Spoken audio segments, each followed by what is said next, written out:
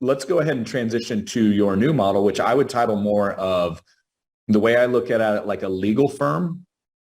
You know, you've got the founding partners, and then you've got, hey, the new talent that comes out of law school, and there's a legal process. It's not like just wing it as a lawyer. And I feel like the most successful firms, financial services firms I've seen that have scaled to any sort of level beyond just the founding advisor, like follows more of that model. And so let's talk about the before and after there, if you're cool with that. What's the difference? What did you change?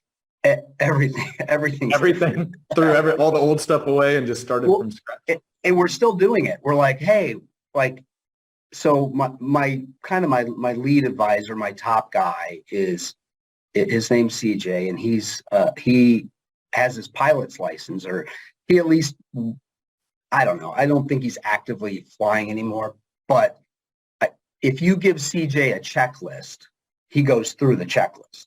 If you don't give CJ a checklist, like it could be a problem. Like he's not an original, that's not his magic, right? Yep. But you give him the checklist, and I was like, well, gosh, that kind of worked. Like, so the CJ works for CJ, works for Dan. We're improving it, working on it, works with Abby. Now we have a new, 6 months or so, Andy, and he's been in the business for 20 years, but Andy can walk through the checklist. And now we have another guy. He's like a service advisor for now. And sometimes CJ steps away and Liam's in there and he knows the checklist. And it's like, wow, like, why didn't I think of this like this? Yeah. So, and we're implementing that in every facet. Like, hey, these are the expectations. They're awesome people. Like, I work with amazing, really smart people.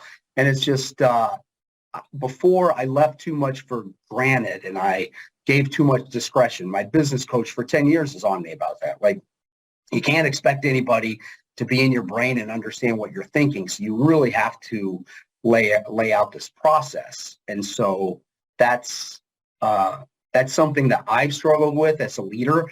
It's very different being truly the sole leader, because the partners in the past were very much doing those things and I had a role.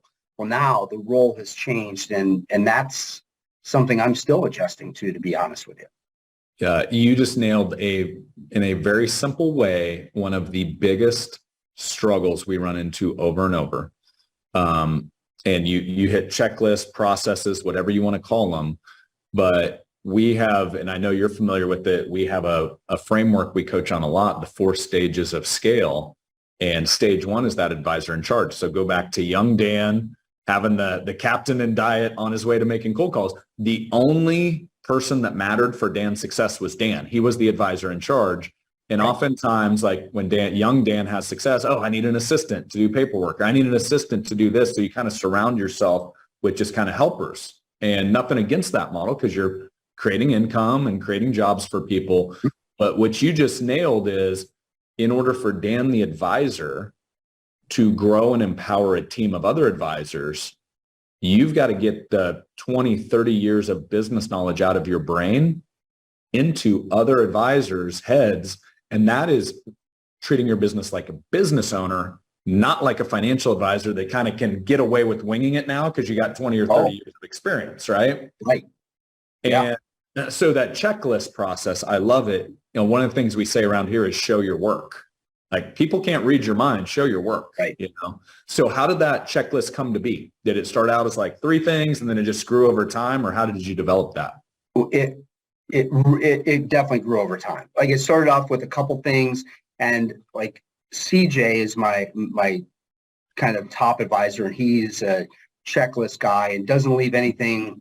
Like, he would be in my office all the time asking tons of questions, and finally we were like, oh, this is what this should look like. And I'm like, CJ, I really need to get out of these meetings sooner. Like, what's the best way for me to do that? Because it's my responsibility to get more people in the building, and this is the best way to do it. So how can we do that? And he's been honest with me and can tell me, like, hey, dude, you're in there too long. Or like, if you just do it for this part and then let get out of the way. Like you come in for the book part and then get out of my way. That'd be better because you're kind of ransacking the meeting sometimes, you know, and you're screwing things up. Like I have something going and then you come in and I come like I'm shot out of a cannon. It's like, you know, whether I've known the people or don't, like I feel like that's my job. I'm a high energy person. And then the next advisor couldn't be more different than CJ, but almost exactly like she's a female, but she's 25 years younger than me. But like she's got all the pizzazz. So we focus on the checklist is you go back to the checklist. It's the same checklist for both of them. The hard parts for CJ are easy for Abby. The hard parts for Abby are easy for CJ. Yeah. And it's hard to get Dan kind of or Abby to go by the checklist. It's harder. CJ looks at the checklist and loves it. Abby can wing it and get away with it. So, you know, but being consistent and predictable is what we're trying to do. We want the same experience for everybody. You nailed it. What's cool about the checklist? So that's just process 101. Any entrepreneur knows, like if you do something over and over, it should be a process. And there's a reason an 18-year-old kid can run a McDonald's. The systems and processes are so tight. It literally, like now you don't even have to have a person to order a burger there. You just go to the screen, tap it, and then here's the number 2 or whatever shows up.